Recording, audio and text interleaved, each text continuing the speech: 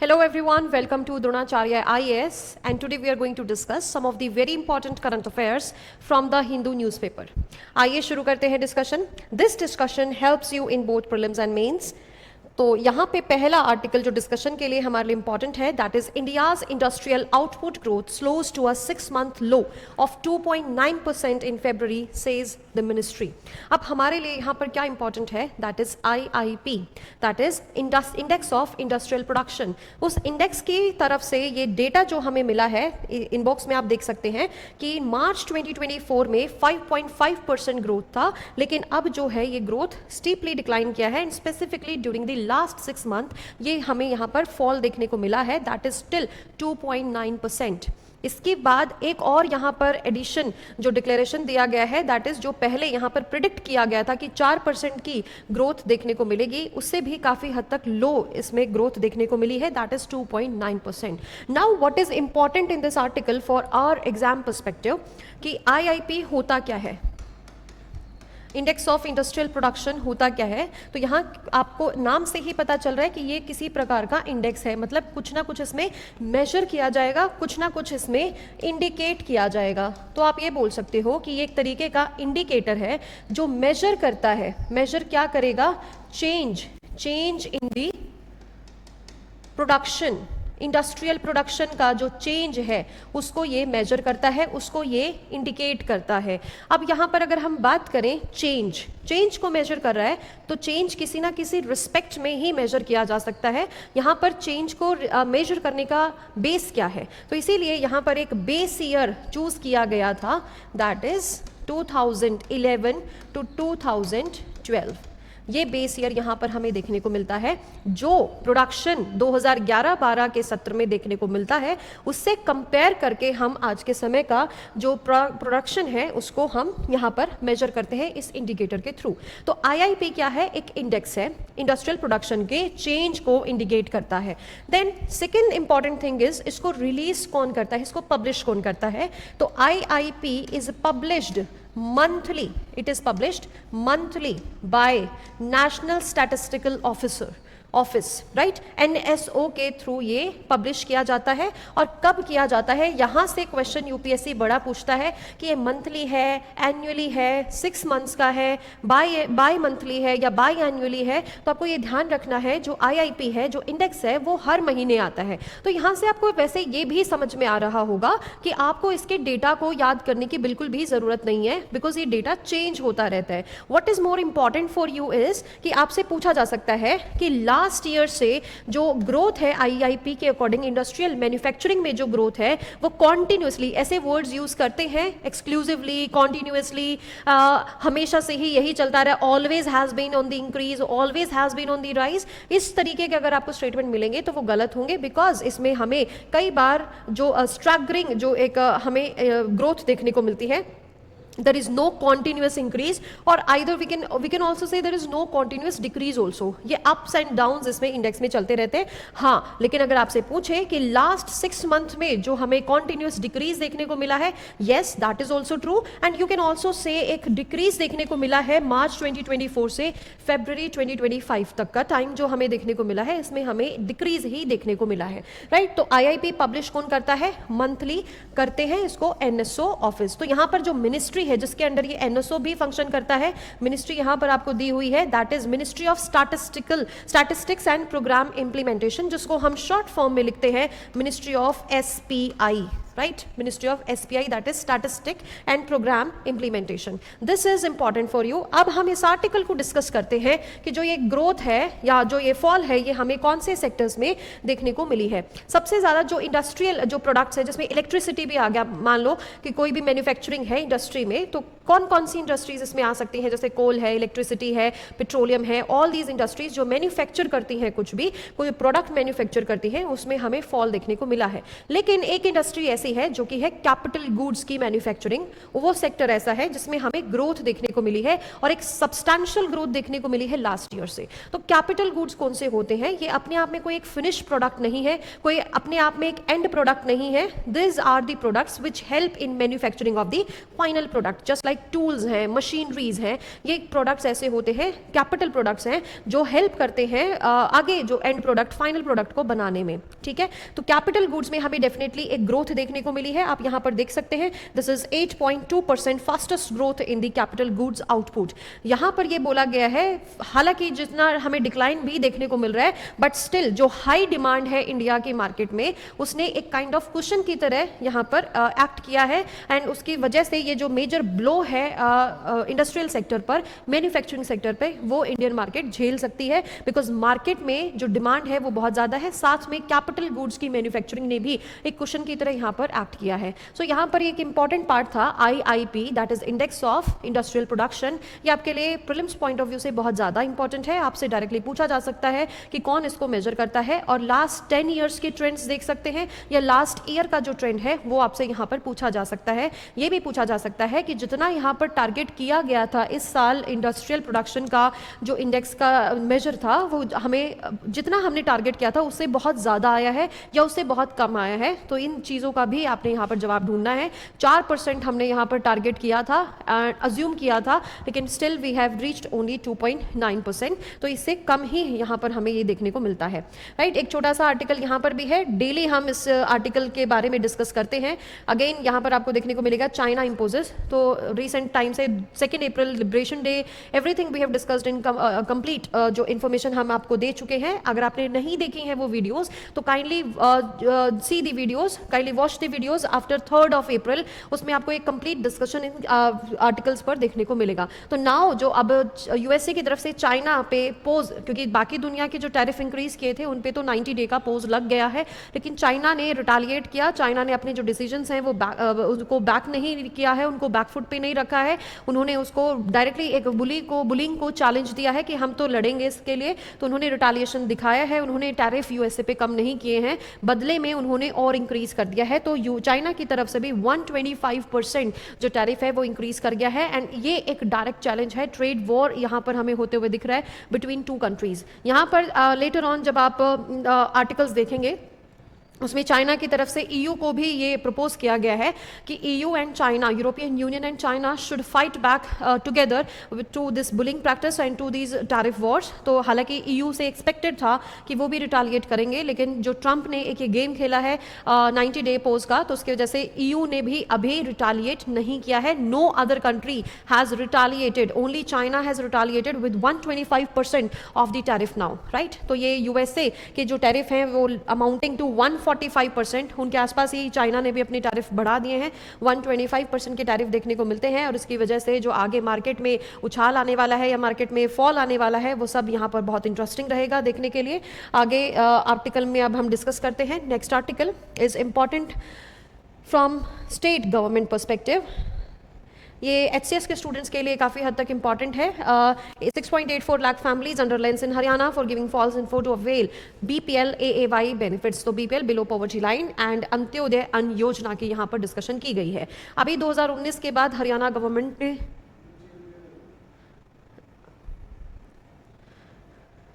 अभी 2019 के बाद हरियाणा गवर्नमेंट ने 2019 के बाद हरियाणा गवर्नमेंट ने क्या किया है, यहाँ पर परिवार पहचान पत्र PPP ये इशू करे थे। These are known as the family IDs। तो अलग से क्या होगा, यहाँ पर राशन कार्ड्स होंगे, एंड 2019 में यहाँ पर PPP ID को यहाँ पर इंट्रोड्यूस कर दिया था इन्होंने, ताकि जो डिलीवरी हैं, गवर्नमेंट स्कीम्स हैं या उनकी डिलीवरी है, उसको पेपरलेस एंड कैशलेस बनाया जा सके 2019 के बाद। तो यहाँ पर बहुत सारे जो फैमिलीज हैं वो इसमें रजिस्टर किए हैं, साथ में यहाँ पर राशन कार्ड्स भी जो फैमिलीज को रजिस्टर करते हैं।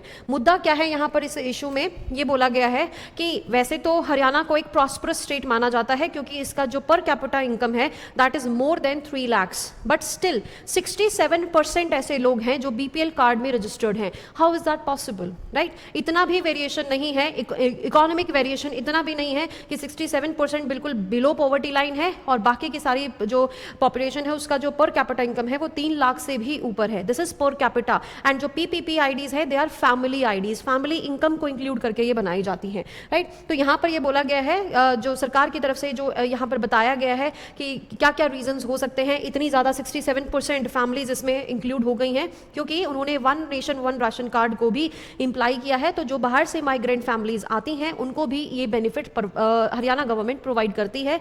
साथ में इसमें जो एक और इम्पॉर्टेंट पॉइंट देखने को मिला है, दैट इज जो उन्होंने अपनी बीपीएल लिमिट है, बिलो पॉवर्टी लाइन की जो लिमिट है, पहले थी 1.2 लाख और अब उन्होंने कर दी है 1.8 लाख। तो एक गैप बढ़ा दिया है। तो जो पहले जो यहाँ पर फैमिलीज थी जो 1.8 लाख से नीचे की 1.2 लाख तक ही थी वो इंक्लूडेड थी, अब उसमें थोड़ी सी और फैमिलीज भी इंक्लूड कर दी गई हैं। हालांकि yes we can not deny कि some kind of discrepancies going on, some kind of leakages and some kind of corruption is definitely going on in this issue, in this Parivar Pehchan पत्र। तो यहाँ पर हरियाणा गवर्नमेंट की तरफ से एक नोटिफिकेशन भी दिया गया है ऐसी फैमिलीज को मतलब कैसे पहचाना कैसे। तो इन्होंने बोला है कि एक सॉफ्टवेयर सीआईडी की हेल्प से इन्होंने मदद ली है, सीआईडी से जो एक क्राइम सॉफ्टवेयर है डिटेक्ट करने के लिए। तो डिटेक्ट हुए हैं काफ़ी सारी फैमिलीज में डिस्क्रिपेंसीज आई हैं डेटा में, तो उनको एक नोटिफिकेशन दिया है, उनको बताया गया है कि 20 अप्रैल से पहले आप अपनी तरफ से ही सेल्फ जो करेक्शन है वो आप यहाँ पर कर लीजिए, चाहे वो आपसे गलती से हुआ है या नोइंगली किया है, ऑन पर्पस किया है। We are giving you a time span, 20 April तक अपनी आईडीज में आप करेक्शन कर लीजिए अगर कोई डिस्क्रिपेंसी आपको देखने को मिल रही है, अदरवाइज फिर उसमें गवर्नमेंट को कुछ ना कुछ एक्शन लेना पड़ेगा, राइट। तो अब हमारे लिए यहाँ पर इंपॉर्टेंट क्या है डिस्कशन के लिए, अंत्योदय अन्न योजना। अंत्योदय अन्न योजना क्या है? ये एक स्कीम है, टारगेटेड पब्लिक डिस्ट्रीब्यूशन सिस्टम के अंडर ही ये फॉल करती है एंड इसको अब नेशनल फूड सिक्योरिटी एक्ट के अंदर ही कवर कर लिया है। इस एक्ट के अंदर क्या है कि जो भी बीपीएल फैमिलीज हैं उनको पर family 35 kg of food grains दिए जाएंगे, साथ में कुछ एसेंशियल कमोडिटीज भी हैं जैसे कि ऑयल है, शुगर है, वो भी यहाँ पर प्रोवाइड करवाई जाती हैं, राइट। तो ये जो स्कीम है ये एक फूड सिक्योरिटी को इंश्योर करने के लिए स्कीम चलाई गई थी, एक umbrella scheme that is national food security act, उसके अंदर ये जो कुछ सेगमेंट्स हैं स्कीम्स के ये फॉल करते हैं। और इसके इशू क्या हैं? This is just the case of Haryana government, लेकिन ये ऑल ओवर इंडिया हमें इसमें कुछ फॉल बैक, उसमें ड्रॉबैक्स हमें देखने को मिलते हैं in the form of discrepancies, in the form of leakages in the scheme, क्योंकि जो लोकल लेवल पे करप्शन होता है उसको डिटेक्ट करना बड़ा ही मुश्किल है, बिकॉज जो फैमिलीज हैं दे वुड वांट कि उनको बीपीएल कार्ड मिलते रहे और उनको फ्री में ग्रेन्स मिलते रहे। इसकी वजह से क्या होता है, एक तो स्टेट के जो बजट है उसके ऊपर प्रेशर आता है, साथ में जो रियल बेनिफिशरीज हैं उनको भी जो सामान की डिलीवरी होती है, जो कभी कभी ऐसा होता है जो राशन शॉप्स हैं उनके पास जो राशन है वो जल्दी ख़त्म हो जाता है। तो हो सकता है, पॉसिबिलिटी है कि जो डेली वेज अर्नर्स हैं, जो रियल में इस बेनिफिट के हकदार हैं, वो बहुत लेट पहुंचे एंड जब तक वो पहुंचे वहां पर तो अनाज खत्म हो जाता है एंड देन उसके बाद उनको लंबे समय तक इंतजार करना पड़ता है जब तक दोबारा सप्लाई आए तब तक। तो दैट इज़ वाई ये रिकग्निशन बहुत ज़रूरी है, यहाँ पर ये पहचानना बहुत ज़रूरी है कि कौन सी फैमिलीज रियल में ये डिजर्व करती हैं एंड कौन सी फैमिलीज ऐसी हैं जो फॉल्स इन्फॉर्मेशन यहाँ पर ला सकती हैं। इसके बाद जो भी एक्शन लिया जाएगा that can be used as an example in your mains answer writing. You can use it in GS paper 2, you can use it in GS paper 3 as well, जहां पर आपको इकोनॉमिक बेनिफिट्स में आप इसको use कर सकते हैं and specially society में आप इसको यूज कर सकते हैं in the poverty and developmental issues में, that is GS paper 1, right. तो ये इस आर्टिकल का सिग्निफिकेंस था। Let us discuss next article now.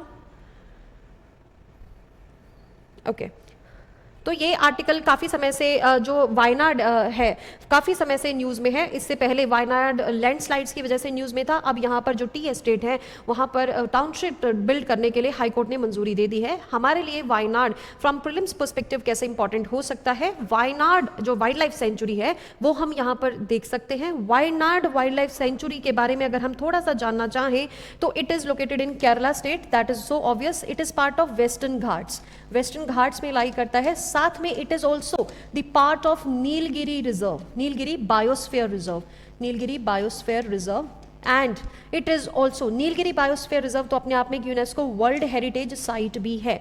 Wayanad जो वाइल्ड लाइफ सेंचुरी है इसमें खास बात क्या है कि इसके नॉर्थ में नागरहोल, नॉर्थ ईस्ट में you can say Nagarhole and Bandipur national parks भी यहाँ पर हमें देखने को मिलते हैं, बॉर्डर करते हैं, और तमिलनाडु से है मुदुमलाई।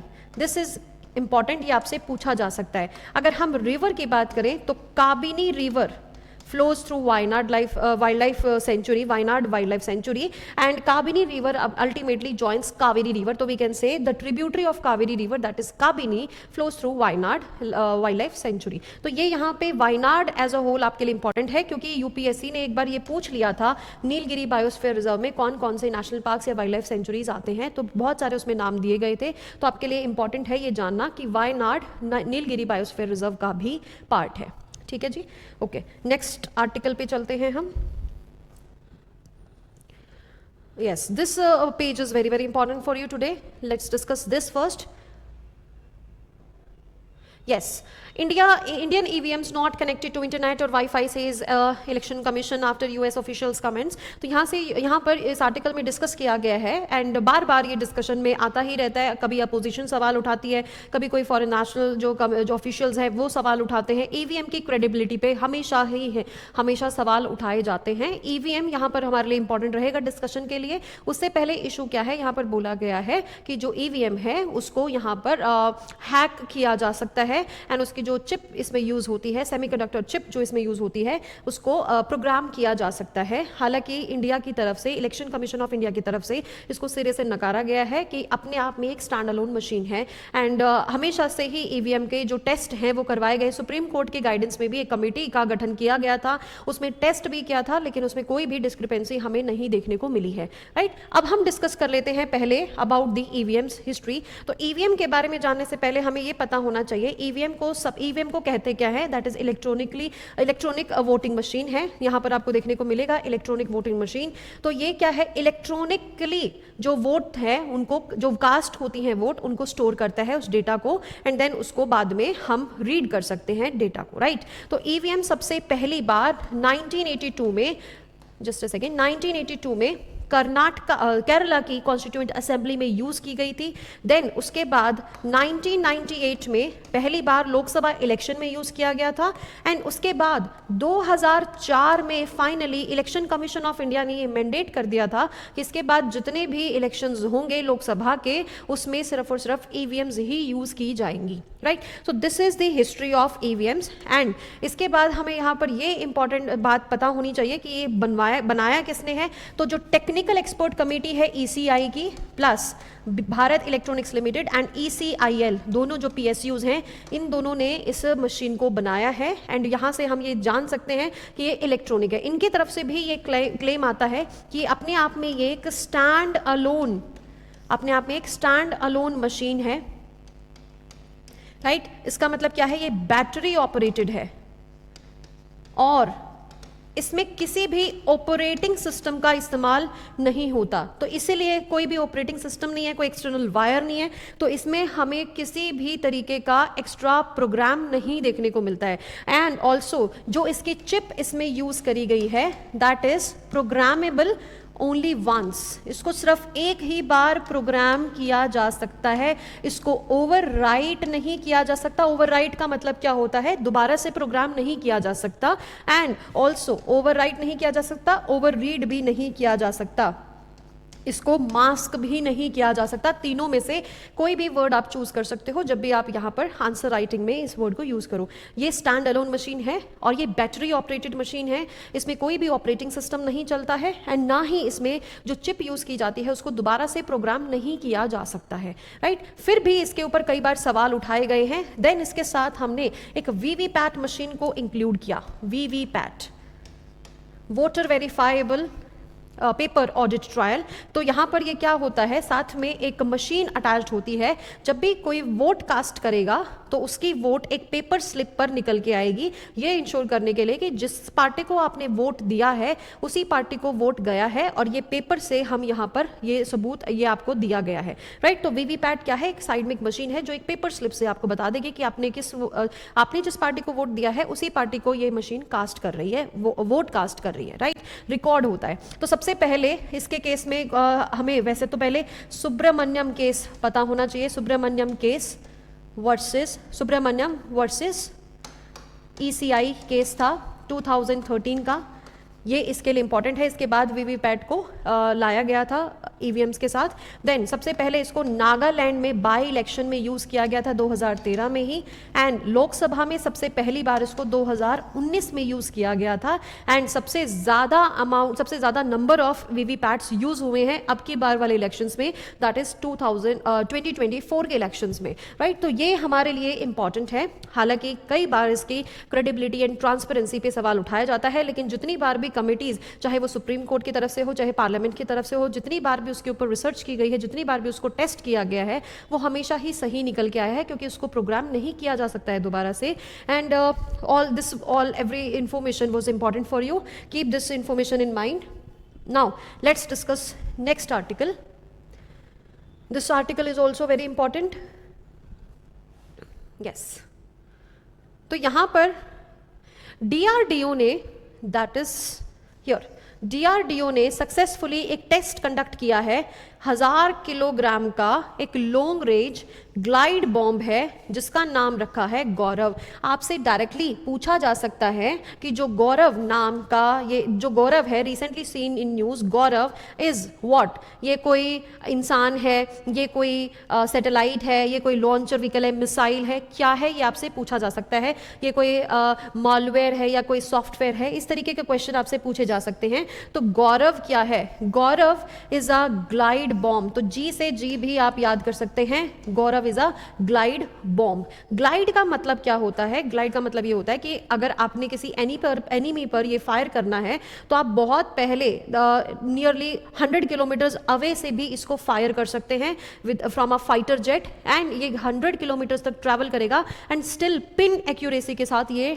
टारगेट को हिट करेगा। तो इससे क्या फायदा होगा? जो हमारे फाइटर जेट्स हैं वो एनिमी के एयर डिफेंस सिस्टम से बाहर रह के भी टारगेट को हिट कर सकते हैं। So this is very very important जो हमें यहाँ पर एक डेवलपमेंट देखने को मिली है DRDO की तरफ से। तो ये 1000 किलोग्राम का एक लॉन्ग रेंज ग्लाइड बॉम्ब है, यहाँ पर देखने को मिला है। इसको टेस्ट किया गया है रिसेंटली, एंड ये बोला गया है कि 100 किलोमीटर्स तक भी इसने पिन पॉइंट एक्यूरेसी दी है, और ये DRDO की तरफ से क्लेम किया गया है। तो यहाँ से इस आर्टिकल से आपके लिए यही इंपॉर्टेंट है, गौरव क्या है? ग्लाइड बॉम्ब है, 1000 kg का है, एंड इसको बहुत दूर से आप फायर कर सकते हैं फाइटर जेट्स में इंक्लूड करके, एंड फिर भी ये पिन पॉइंट एक्यूरेसी लगभग 100 किलोमीटर दूर से भी ये एग्जैक्ट टारगेट को हिट कर सकता है, right. So that's all for today's discussion. Kindly watch the video, share the video, like the video, subscribe the channel, and thank you. Have a nice day.